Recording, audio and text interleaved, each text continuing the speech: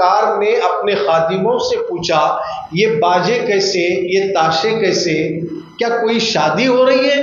کہا نہیں حضور، یہاں کے راجا کی بیٹی کو سانپ نے ڈس لیا اور اس کا انتقال ہو گیا، اس کو دفن کرنے کے لیے لے جا رہے ہیں۔ سید الابدال عبداللطیف لووالی سرکار نے کہا تم جا کر راجا سے کہو اللہ کے حکم سے میں اس کی بیٹی کو زندہ کروں گا، کیا وہ اسلام قبول کرے گا؟ جب خادم سن کر جا کر راجا کے کان میں چپکے سے کہتے ہیں تو راجا نے منظور، مجھے تو منظور ہے، فوراً میں منظور کرتا ہوں، اس بات کو میں قبول کرتا ہوں۔ فوراً اب اس کا جنازہ لووالی سرکار کی خانقاہ کے پاس لائے، صحن میں رکھے۔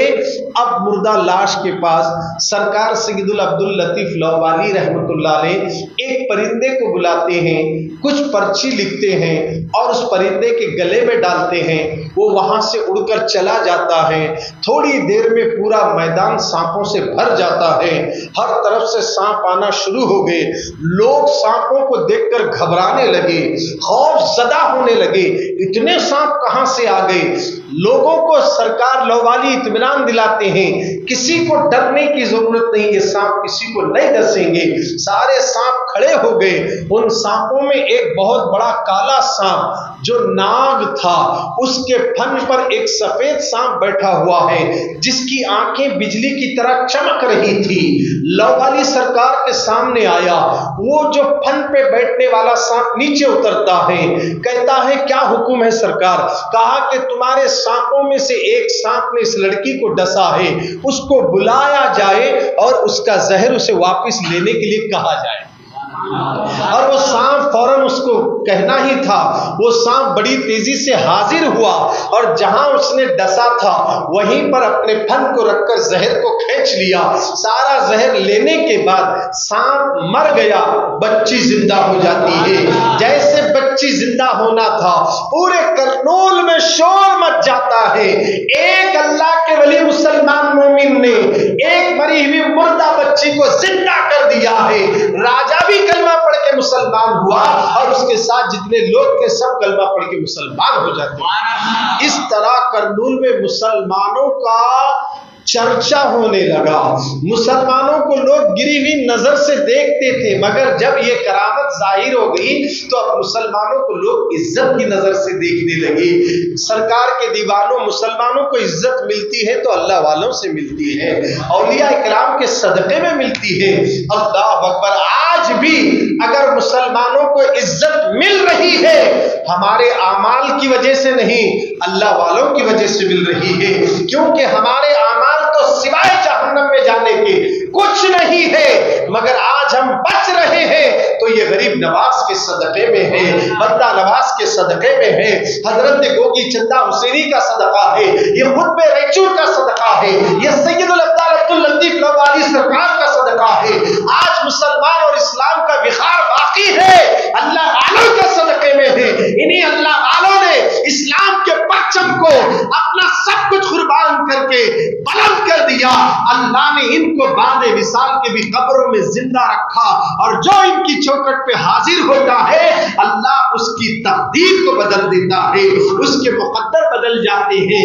سید الابدال عبداللطیف لووالی رحمت اللہ علیہ جہاں جتنے جلالی بزرگ تھے وہاں پر ان کے پاس جمال بھی تھا، جلال بھی تھا، شریعت کے پابند تھے، آقا کی سنت پر کثرت سے عمل کرنے والے تھے، کوئی نماز نہیں چھوڑتے تھے۔ اللہ اللہ! حضرت سید الابدال عبداللطیف لووالی سرکار کا مزاج ایسا تھا کہ غریبوں کی خدمت کرتے تھے، بھوکوں کو کھانا کھلاتے تھے، راستہ بھٹکنے والے کو راستہ دکھاتے تھے۔ سید الابدال عبداللطیف لووالی سرکار کبھی کبھی اپنی خانقاہ سے نکل کر شہر سے باہر چلے جاتے تھے، کہیں کوئی مصیبت زدہ تو نہیں ہے تاکہ میں اس کی مصیبت میں کام آ سکوں، اس کی پریشانی میں کام آ سکوں۔ اللہ والے کس قدر خدمت کرتے تھے، اللہ کے بندوں کی خدمت کرتے تھے، ان کو معلوم ہے نماز جہاں ہم پڑھ رہے ہیں وہاں پر بندوں سے اچھا سلوک کرنا، مسلمانوں سے اچھا سلوک کرنا، اس کی مخلوق پر رحمت کرنا، یہ بھی تو اللہ کے نبی نے کہا ہے۔ آج آج ہم نماز پڑھ کر بھی ایک دوسرے پر رحم نہیں کر رہے ہیں.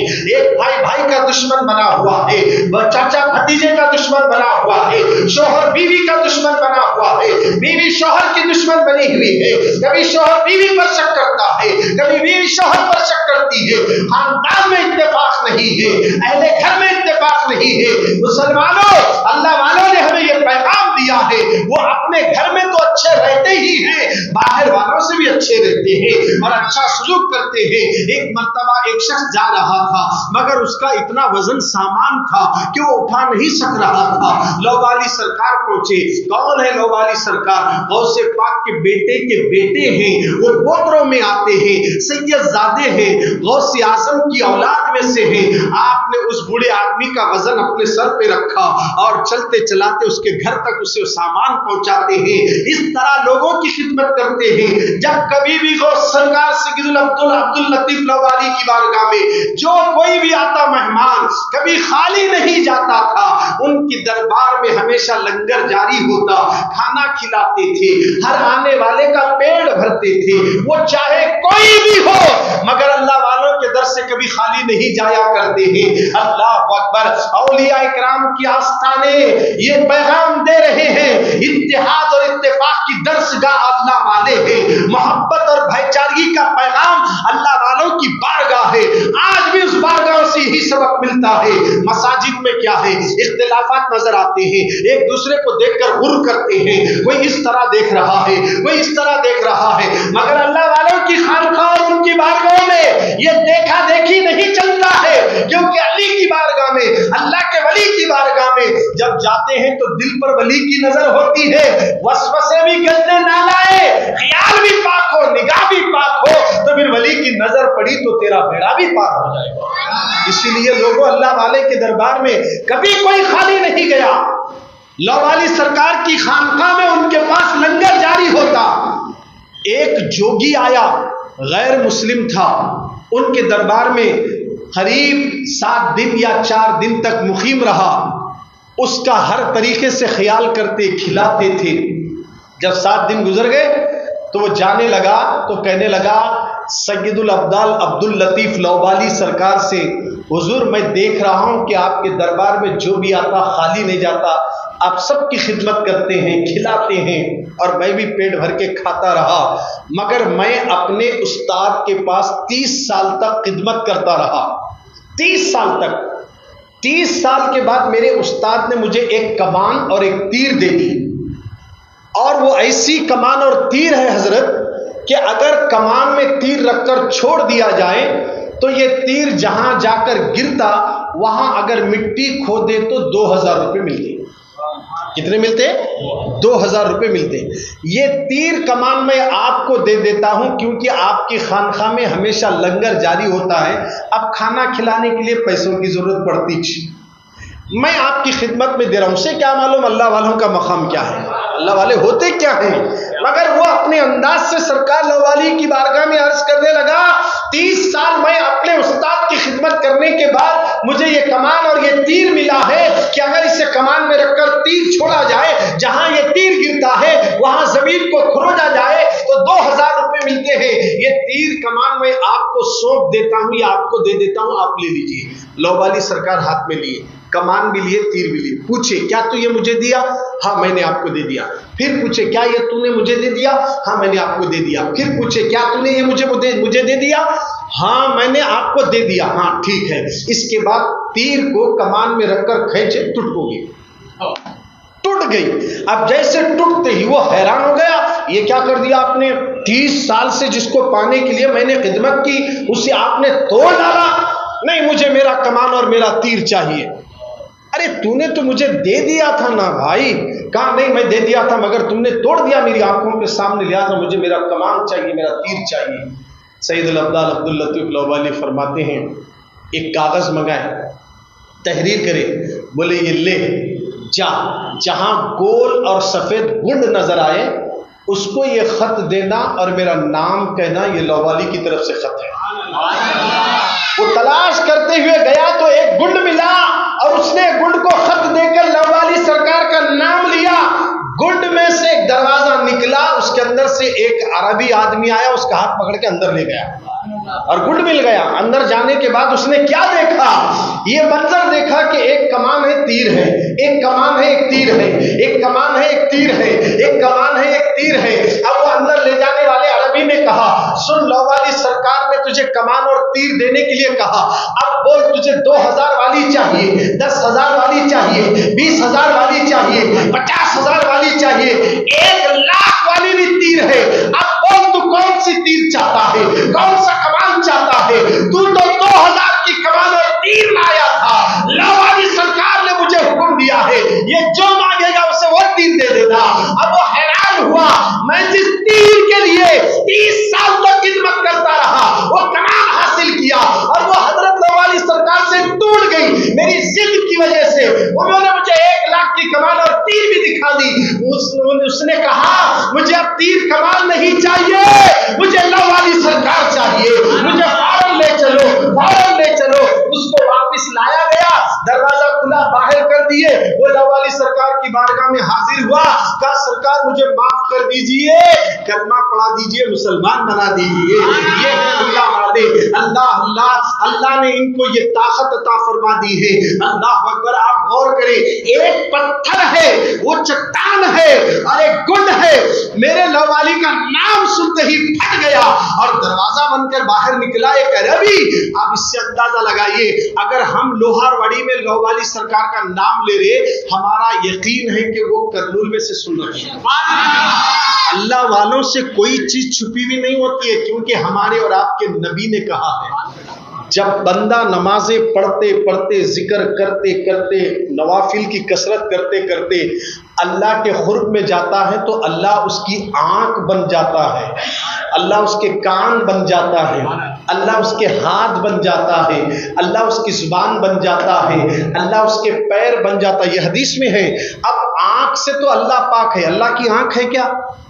بولو جی، نہیں ہے، یہ ذہن میں رکھ لیا۔ اللہ آنکھ ہے بولے تو ہمیں شرک میں ہو جاتے ہیں۔ اللہ آنکھ سے پاک، کان سے پاک، زبان سے پاک، ہاتھ سے پاک، پیر سے پاک، اللہ ہر چیز سے پاک ہے۔ مگر اللہ کے نبی کہہ رہے ہیں کہ اللہ اس کے کان بن جاتا ہے، مطلب کان ولی کے ہوں گے، سننا خدا کا ہوگا۔ آنکھ ولی کی ہوگی، دیکھنا خدا کا ہوگا۔ زبان ولی کی ہوگی، بولنا خدا کا ہوگا۔ ہاتھ ولی کے ہوں گے، پکڑنا خدا کا ہوگا۔ اسی لیے لوگوں، ہمارے شہر ریچور میں نور دریا رحمت اللہ علیہ کا آستانہ ہے۔ جب نور دریا، یہ دریا نور کا ہے، نور دریا رحمت اللہ علیہ اپنے گھر میں بیٹھے بیٹھے خط بنا رہے تھے۔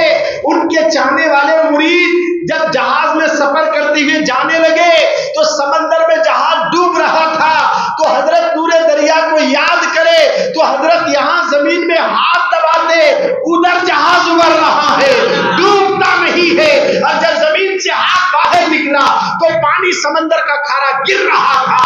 اللہ کے ولی کا ہاتھ ہوتا ہے، پکڑنا خدا کا ہوتا ہے، اور آنکھ ولی کے ہوتے ہیں، دیکھنا خدا کا ہوتا ہے۔ یہی وجہ ہے اللہ والوں کے کارنامے اگر ہم سنیں تو حیران ہو جاتے ہیں۔ اب اس میں ہم دخل اندازی، اپنی عقل کو دخل نہیں دے سکتے، گمراہ ہو جائیں گے، بھٹک جائیں گے۔ اب آج کل جس طرح کچھ لوگ ہیں جو شر انگیزی کرتے ہوئے، نہیں دیکھیے آپ اللہ والوں کو کیا بول رہے ہیں، لوگ کیا بول رہے ہیں، ارے حدیث میں جو ہے وہی بول رہے ہیں، قرآن میں جو ہے وہی بول رہے ہیں۔ قرآن میں اللہ کیا بولے اللہ والوں کے بارے میں؟ خبردار، الا ان اولیاء اللہ لا خوف علیہم ولا هم یحزنون، خبردار ہو جاؤ، ہوشیار ہو جاؤ۔ ہوشیار کرتے نہ خبردار کرتے، یہ راستہ بڑا خطرے سے خالی نہیں ہے، خبردار خبردار۔ ادھر ایسے گئے بولنے کے بعد بھی تو جان جا سکتی۔ اسی طرح اللہ تعالیٰ بندوں کو خبردار کر رہا، خبردار، ولیوں کے دربار سے جاتے جاتے شک کرا تو ایمان چلے جائے گا، وہاں جان جاتی یا ایمان جاتا، خبردار کر رہا، ہوشیار کر رہا، شک بھی نہیں کرنا۔ اللہ والوں کے بارے میں شک بھی مت کرنا، یہ ہے کہ نہیں کی، مر کر مٹی میں ملے کی، زندہ ہے کی نہیں کی، سنتے کی نہیں کی، ان کو پوچھنا کی نہیں کی، ان کو وسیلہ بنانا کی نہیں کی، یہ نہیں کی ہے کی میں تیرا ایمان چلے جاتا، شک مت کر۔